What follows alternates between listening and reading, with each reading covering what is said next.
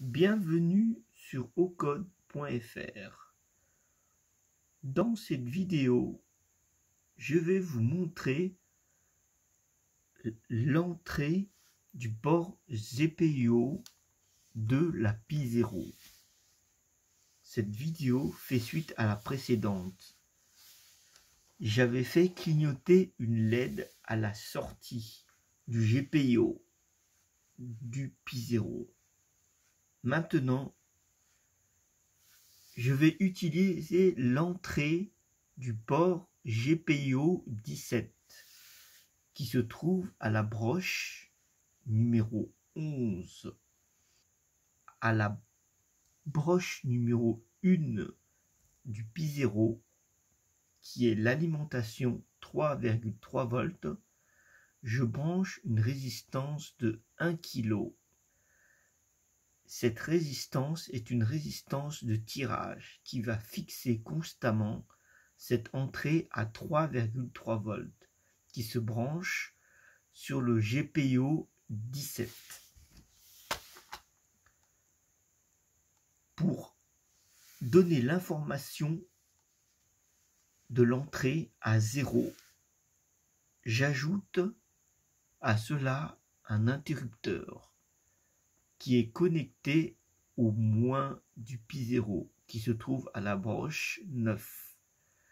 Lorsque je vais appuyer sur l'interrupteur, cela va mettre à la masse le port GPIO 17 et le mettre à 0.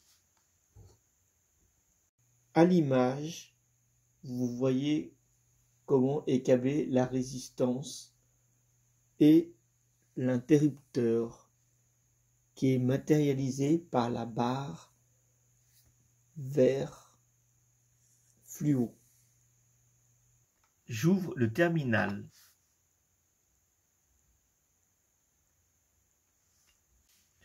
Terminal ouvert, j'exécute le programme.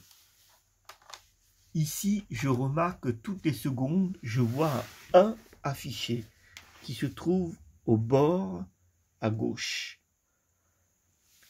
Si je prends l'interrupteur et je clique, j'active la sortie, je constate qu'il est indiqué 0.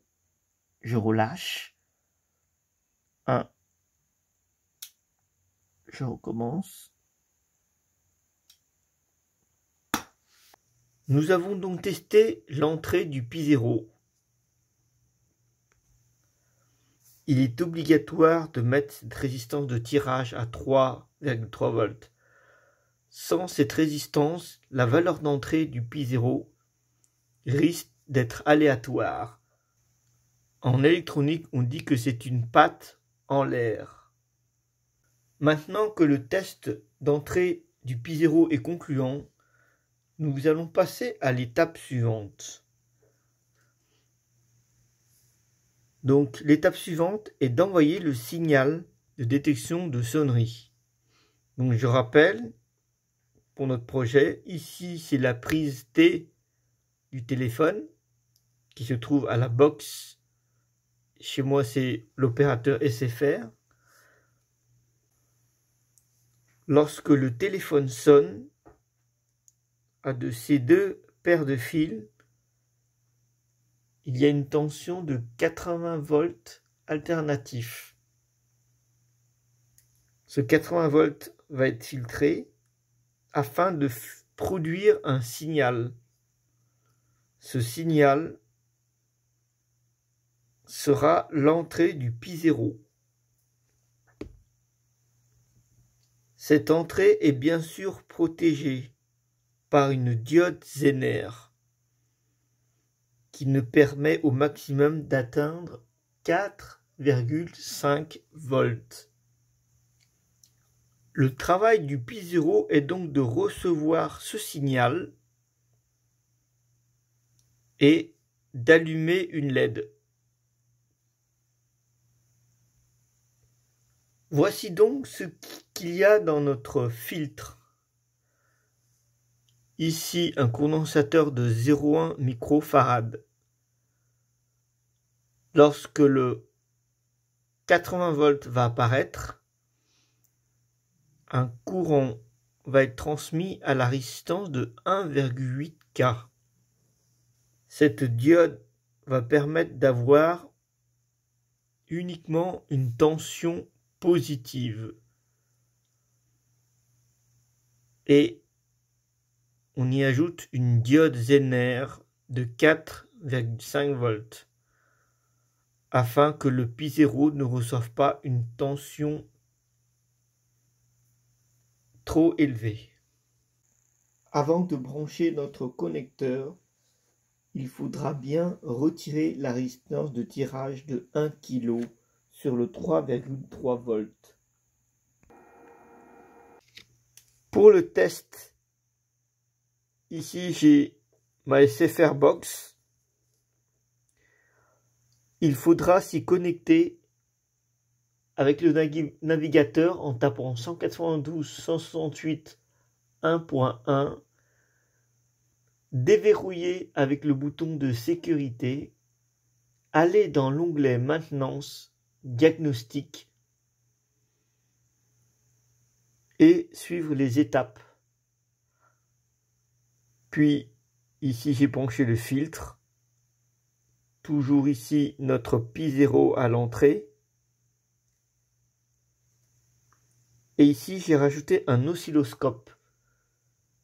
Nous verrons que le signal monte, mais très brièvement. À l'oscilloscope, nous voyons très légèrement monter la tension. J'ai ralenti la séquence à 10% de la vitesse de la vidéo. Maintenant qu'on sait que le filtre fonctionne, nous allons passer à l'étape suivante. Afin de ne pas utiliser constamment le diagnostic de l'interface de SFR, je vais donc simuler l'état haut à la pin 11 du Pi0. Je vais donc modifier le programme afin qu'il allume la LED, qu'il indique dans la console le terminal. Dès qu'il y a une sonnerie, Gaston, il y a le téléphone qui sonne. Cette LED indiquera que une durée de 4 secondes.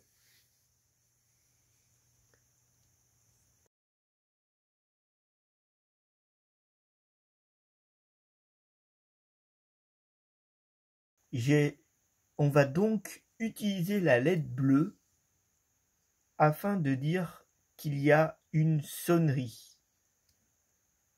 Donc,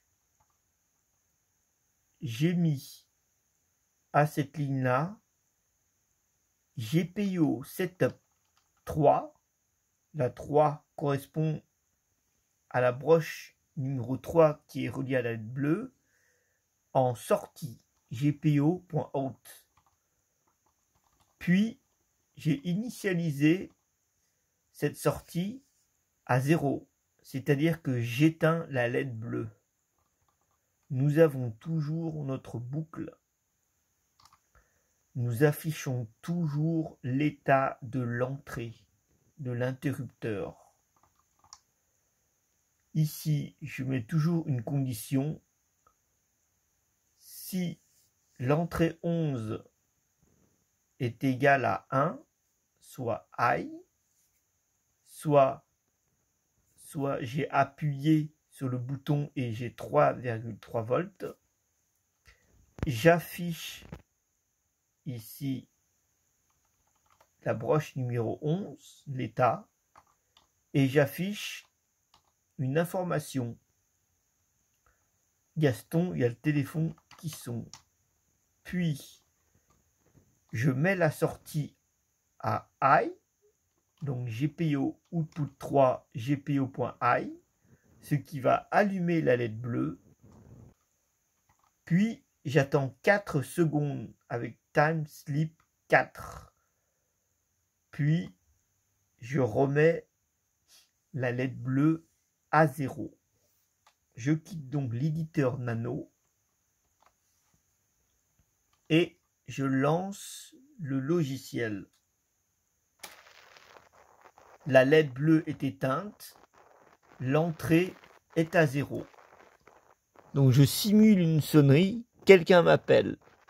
J'appuie sur le bouton. J'ai donc le message.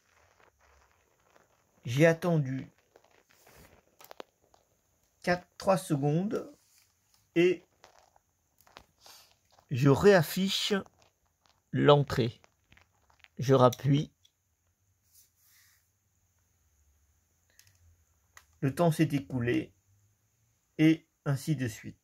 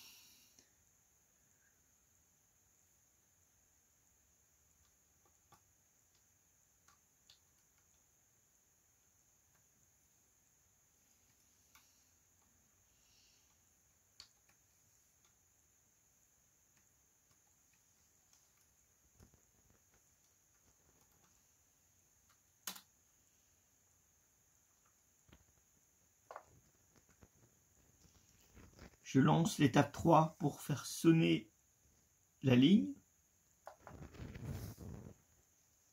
On voit que la LED bleue s'allume et que le message apparaît. Il y a 2 sonneries.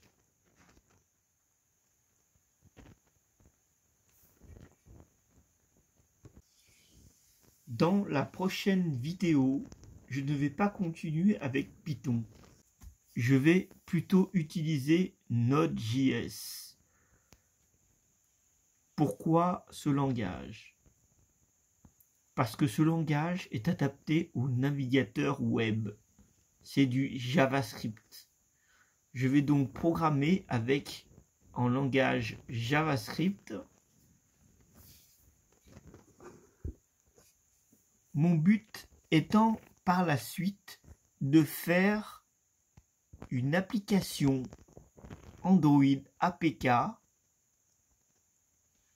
qui puisse faire aussi sonner mon portable avec le framework